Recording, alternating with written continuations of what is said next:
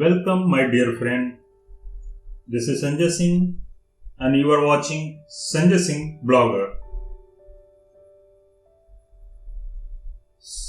दोस्तों, इस वीडियो में एक बहुत ही अहम टॉपिक इट के बारे में हम सीखेंगे, जो कि हमारे रोजमर्रा के जीवन में होने वाली सेंटेंसेस में यूज होते हैं. So let's start the video. तो इस वीडियो में हम कंप्लीट सीखेंगे usages of it. Time, date, day, distance और सीजन के बारे में बोलते वक्त हम इट सब्जेक्ट का प्रयोग करके सेंटेंस का स्ट्रक्चर बनाते हैं. तो देखते हैं कुछ सेंटेंसेस.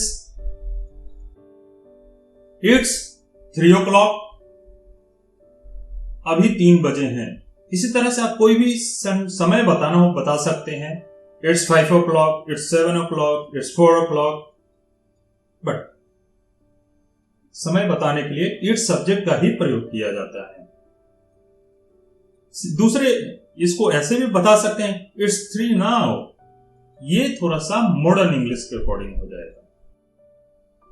अब इसमें हम डेट के बारे में जानते हैं. अगर डेट की चर्चा हो, व्हाट डेट इज टुडे, आज क्या तारीख है. अगर हमें पूछना हो कि आज क्या तारीख है, what date it is today, what date is it today, आज क्या तारीख है. तो अगर हमें बताना हो, जैसे आज 5 मई है, it's 5th of May today. It's the 5th of May today. आप ऐसे बोल सकते हैं, इट्स डेट और मंथ एंड टुडे. इस तरह से सेंटेंस का स्ट्रक्चर बोल सकते हैं. जैसे बताना हो कि कल मेरा जन्मदिन है, इट्स माई बर्थडे टुमारो. कल, आने वाले कल के बारे में ये योजना हो रही है. अब यहां पे दिन की बात हो रही है. What day is it today, आज कौन सा दिन है. अगर कभी किसी से दिन पूछना हो तो सिंपली हम पूछ सकते हैं, what day is it today, और उसके जवाब ऐसे हो सकते हैं, it's Monday today, it's Sunday today, it's Friday today. जो दिन हो उसको आप ऐसे सेंटेंस में स्ट्रक्चर करके बोल सकते हैं. जैसे it was Sunday yesterday, it was Monday yesterday, कल रविवार था, कल सोमवार था. ऐसे भी सेंटेंसेस को बताने के लिए हम इट सब्जेक्ट का उपयोग ले सकते हैं. हमने शुरू में यह चर्चा किया था, सीजन जो होता है, मौसम को बताने के लिए भी हम इट सब्जेक्ट का यूज करते हैं. अब जैसे यहां पे कुछ एग्जांपल्स देखते हैं. इट्स वेरी हॉट आउटसाइड, बाहर बहुत गर्मी है. इट्स वेरी कोल्ड आउटसाइड, बाहर बहुत ठंड है. इसी तरीके से कुछ एक सेंटेंस और है, it was very cold yesterday, कल बहुत ठंड थी. तो सीजन को बताना हो तो भी हम इट सब्जेक्ट का यूजेस करते हैं. हाँ, डिस्टेंस बताना हो, जैसे हमें सवाल पूछना है कि जैसे यहां से दिल्ली कितनी दूरी है, या यहां से दिल्ली कितनी दूर है. How far is it to Delhi from here. उसी तरह से आप कोई भी सेंटेंस रख करके सिटी चेंज करके बताइए, how far is it to Mumbai from here. तो हम किसी भी दूरी को पूछने के लिए इट सब्जेक्ट का यूज करके सेंटेंस फॉर्मेशन कर सकते हैं. उदाहरण के तौर पर अगर आपको बताना हो कि यहां से दिल्ली 800 किलोमीटर दूर है, it's 800 kilometres to Delhi from here.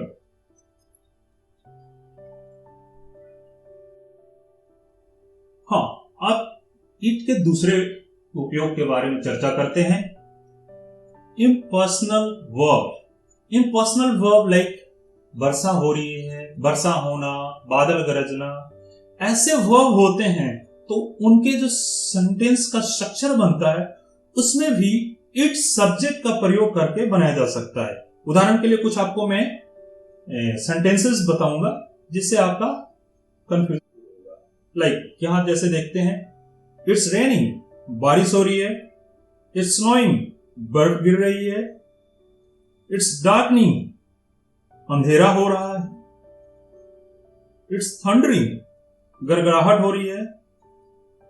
Did it rain here as yesterday, क्या कल यहां बारिश हुई थी। डिड से सेंटेंस स्टार्ट हुआ, that means this sentence belong to past simple. Again the next one, it rain heavily last night, कल रात जोरदार बारिश हुई थी। तो इम्पर्सनल जो वर्ब होती है अभी आपको क्लियर हो गया होगा।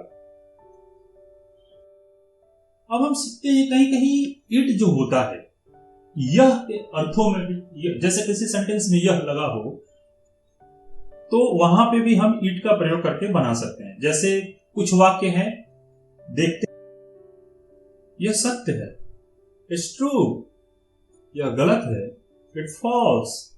उदाहरण के तौर पे आपको बोलना हो यह सत्य नहीं है, इट्स नॉट ट्रू, यह गलत नहीं है, इट्स नॉट फॉल्स, आप बना सकते हैं।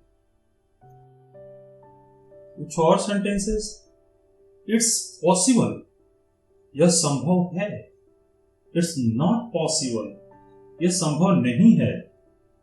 इज इट पॉसिबल, क्या यह संभव है। इज इट नॉट पॉसिबल, क्या यह संभव नहीं है।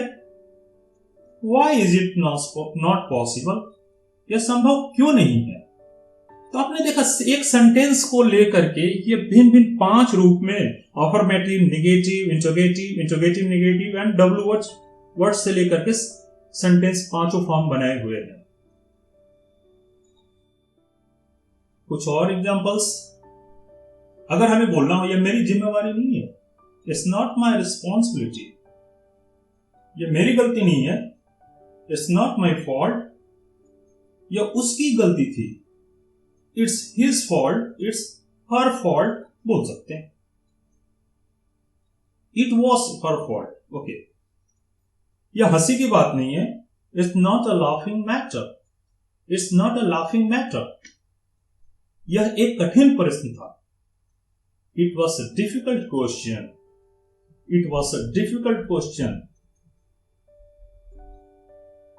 मेरे दोस्त, यह जीने मरने का मामला है, my friend, it's a matter of life and death. ये सेंटेंस बहुत ही यूज होता है। हाँ, मान लीजिए कोई आपके दरवाजे पे नॉक नॉक कर रहा है, आप पूछते हैं ना कौन है, तो उसको अंग्रेजी में कैसे बोलेंगे, हु इज इट।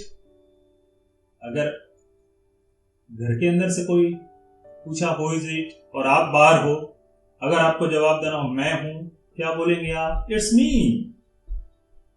है ना इंटरेस्टिंग। कुछ और एग्जांपल्स देखते हैं जिससे हमारा कॉन्सेप्ट और क्लियर होगा।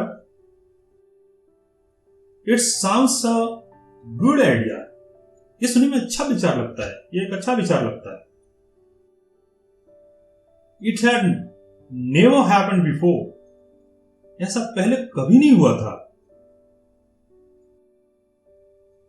ऐसा लगता है वो आज नहीं आएगी। It seems that she will not come today, आप वहां जाएं तो बेहतर होगा, यदि आप वहां जाए तो बेहतर होगा, ऐसा भी बोल सकते हैं। It will be better if you go there, it's only a week to Holi, Holi में सिर्फ एक हफ्ता बाकी है। It's only a week to Dussehra, Dussehra में सिर्फ एक हफ्ता बाकी है। It's only a week to my birthday. अगर ऐसा बताना हो कि इस कार्य में, इस घटना होने में इतना समय बाकी है, तो आप इस सेंटेंस के फॉर्मेशन पे बना सकते हैं। इट पेन्स मी टू से this but I don't have any option, यह कहते हुए मुझे दुख हो रहा है लेकिन मेरे पास कोई विकल्प नहीं है। It's not my nature it's not in my nature to deceive anyone. किसी को धोखा देना मेरे स्वभाव में नहीं है। सो दोस्तों, आई होप ये क्लास आपके लिए यूजफुल होगा। Thanks for watching this video.